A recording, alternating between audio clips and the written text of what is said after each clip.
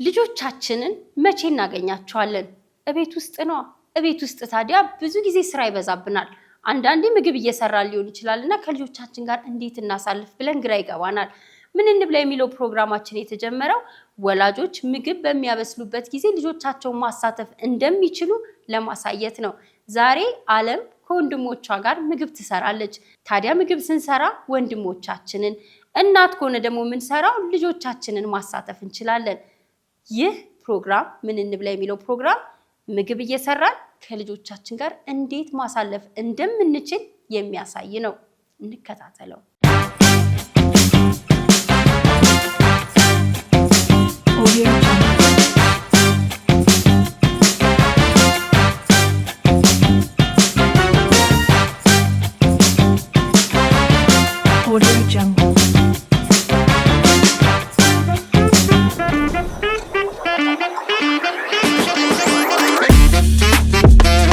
ሰላም እንዴት ናችሁ? አለም ነኝ። ዛሬ የምንሰራላችሁ ብስኩት ነው። ብስኩት በአትክልት ነው። አትክልቱን መጀመሪያ እንሰራና እንጠባብስና ከዛ በኋላ ቅጣውን ከዳመጥን በኋላ ውስጥ እናስገባለን። ከዛ አንድ ላይ እንጠብሰዋለን።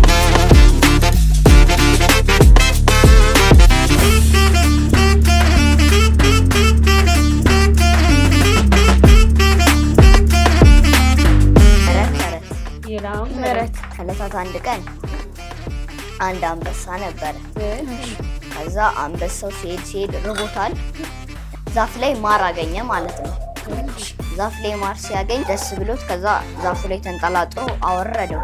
ማሩን አወረደው። ማሩን ካወረደው በኋላ ጀርባው ላይ ተሸክሞት እየሄደ ሳለ አንዲት የራባት ጦጣ አገኘችው። አንበሳው ማር ተሸክሞ ሲሄድ ከዛ በኋላ አንበሳ እጅ ስለሌለ እኔ ሊያዝልህ አለችው። ከዛ እሱ ደግሞ አሰበና እሺ ብለው ተስማሙና ጀርባው ላይ ቁጭ ብላ በእጇ ያዘችው። ከዛ በኋላ በጣም ስለራባት ስከፍተው ማሩን አንቺ ጦጣ እየበላሽ ነው ሲላት አይ በደንብ አጥብቄ ስለያዝኩት ነው አለች። ከዛ በኋላ እጇን ከታ እየበላች አንድ ማር ጠብ አለ ፀጉሩ ላይ። አንቺ ጦጣ እየበላሽ ነው ሲላት አይ እየበላው አይደለም እያለቀስኩ ነው አለችው። ለምንድን ነው የምታለቅሽው ሲላት እናቴ ሞታ ነው አለ። እናትሽ መቼ ነው የሞተችው ሲላት እናቴ ከብዙ ዓመት በፊት ነው የሞተችው አለ። ከዛ በኋላ ጸጥ ብላ እየበላች አለቀ። እኔ ዘመዶች ያሉት እዚህ ዛፍ ላይ ነው ብላ ከዛ በኋላ ዘላ ስትሄድ ማሰሮ ባዶ ነው። አንበሳው አንቺ ጦጣ ሰርቀሽ ሄድሻ ሲላት እየሮጠች ዛፍ ላይ ስትወጣ ዛፍ ላይ ሲወጣ ጭራዋን ነከሰ። ጭራዋን ሲነክሰው ጭራዋን ትላለ ተበጠሰ ጭራዋ። ብዙ ጦጣዎች መካከል ገባች፣ ግን አንበሳው አልተጨነቀም። እሷ ግን ተጨንቃለች። ለምን ብትይ እሷ ጭራ የላትም፣ ሁሉ ደግሞ እንጥራ አላቸው። ከዛ የሆነ ቦታ ላይ ተደበቀችና ጦጣዎቹ ጭራሽስ ሲሏት ጭራ እኮ ሁሌ የሚቆሽሽ የማይጠቅም ነገር ነው ደግሞ ምን ይሰራል አለች። እውነትሽን የእኛንም ቆርጠሽ ጣይልን አለችና የሁሉንም ቆርጣት አለች።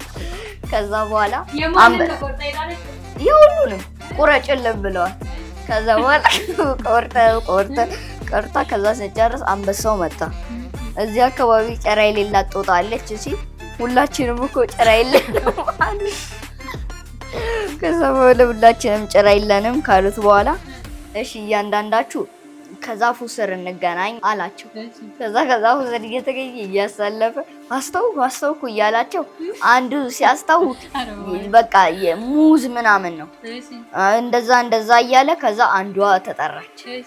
ከዛ ትለቀዋለች ማር ብቻ። ከዛ ወስዶ ከዛ ገለባ ውስጥ ጨመራትና በእንጨት አነካክቶ ሊያቃጥላት እዛ ውስጥ ከዛ እሷ ገለባ ውስጥ ቁጭ ብላ አንበሳው እንጨት ሊያመጣ ሲሄድ እሷ በአቅራቢያው የሚገኝ የፍራፍሬ ዛፍ ላይ ወጣች። አንበሳው ሲመጣ እሳት ተቃጠለና እስቲ ልሻወደው ብላ አንድ ዛፉ ላይ የነበረ ፍራፍሬ ወደ እሳቱ ወረወረች።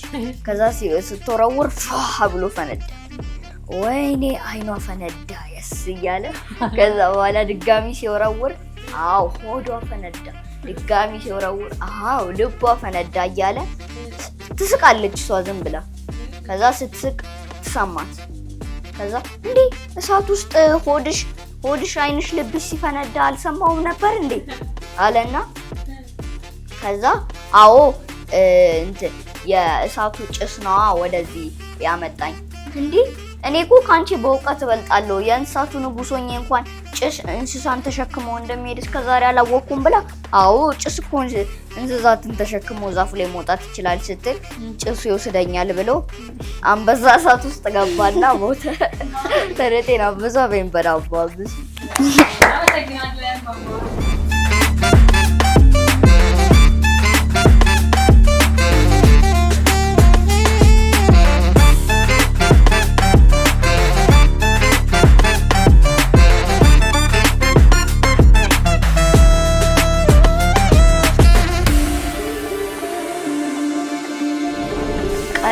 ቀልድ እንቀላለን።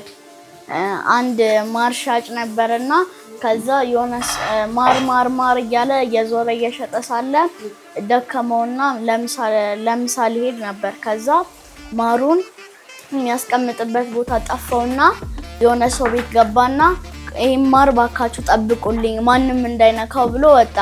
ከዛ አይ ለልጅየው ነበር የነገረው። ከዛ ልጅየው ደግሞ ሄደና ማሩን ከፈተና በላው።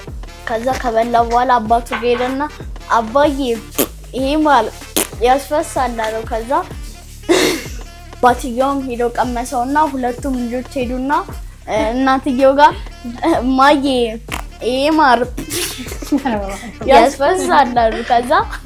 ከዛ እናትየውም ሄዳ ቀመሰችውና ፖሊስ ጣቢያ ሄዱና ፖሊስ ሆይ ይሄ ማር ያስፈሳል አሉት።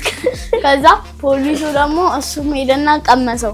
ከዛ ፍርድ ቤት ሄዱና ፍርድ ቤት ይሄ ማር ያስፈሳል አሉት። ከዛ በቃ ይሄ ማርማ የሚያስፈሳ ከሆነ ለ5 ዓመት መታሰር ያለበት ብሎ ማሩን አሰሩት። ከዛ ማሩ ከ5 ዓመት በኋላ ወደ ሰው ተቀየረና መንገድ ላይ ሄዳ ተለቆ ቤተክርስቲያን ላይ እልልልልል የሚል ድምፅ ሰማ። ፖሊስ ጣቢያ ሄደና ምን ሆነ ነው የመጣኸው አሉት። ለ8 ዓመት መታሰር አለብኝ ይለዋል። እልል የሚል ድምፅ ሰምቷላ እልልልልል ለኛ ነው ይሆናል። አትክልታችን ጠባብሰናል። ጠባብሼ ጨርሻለሁ። አሁን ደግሞ እዚህ ጋር ቡካው ተጣለ። ይሄንን እዚች ጋር ያረገን እናወጣታለን ማለት ነው። እዚህ ጋር ዘይት እንቀባዋለን እንዳይዝብን። እዚች ጋር እንደዚህ ዘይት እንቀባለን። እጄ ነው እንዳይዝብኝ።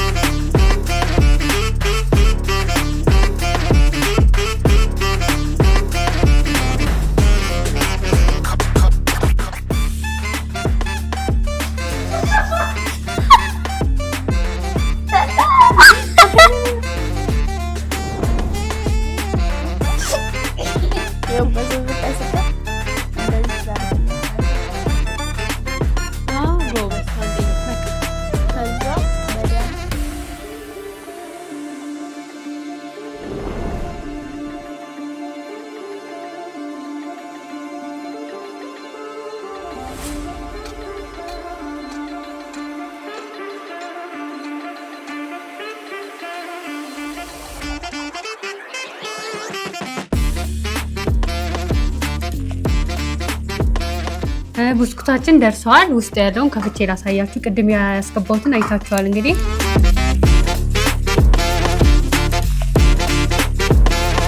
እንቀምሰዋለን።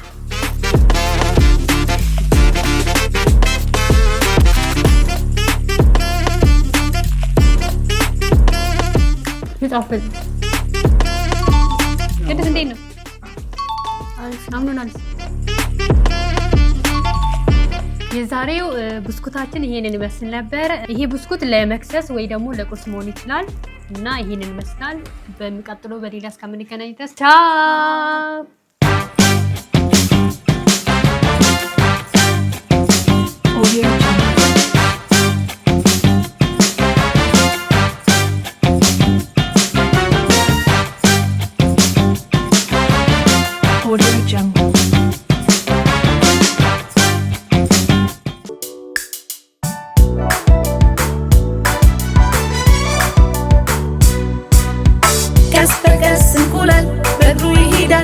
ራመድ እያለ እንዴት ግራ ቀኙን እያየ ሄይ ሄይ ራመድ እያለ ወዴት ግራ ቀኙን እያየ ሄይ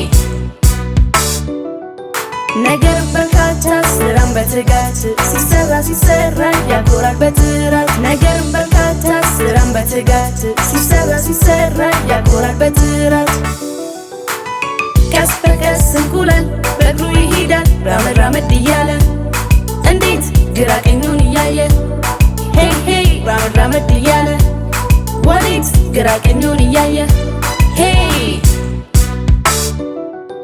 ታጋሽ ልጅ ነኝ እኔ አስተዋይ ታታሪ ጎበዝ በጥሞና ሁሌ ስኬታማ ታጋሽ ልጅ ነኝ እኔ አስተዋይ ታታሪ ጎበዝ በጥሞና ሁሌ ስኬታማ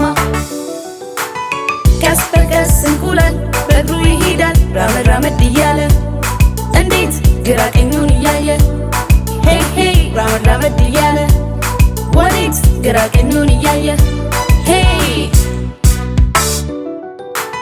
ቀስ በቀስ እንቁላል በእግሩ ይሄዳል ራመድ እያለ እንዴት ግራ ቀኙን እያየ ሄይ ሄይ ራመድ እያለ ወዴት ግራ ቀኙን እያየ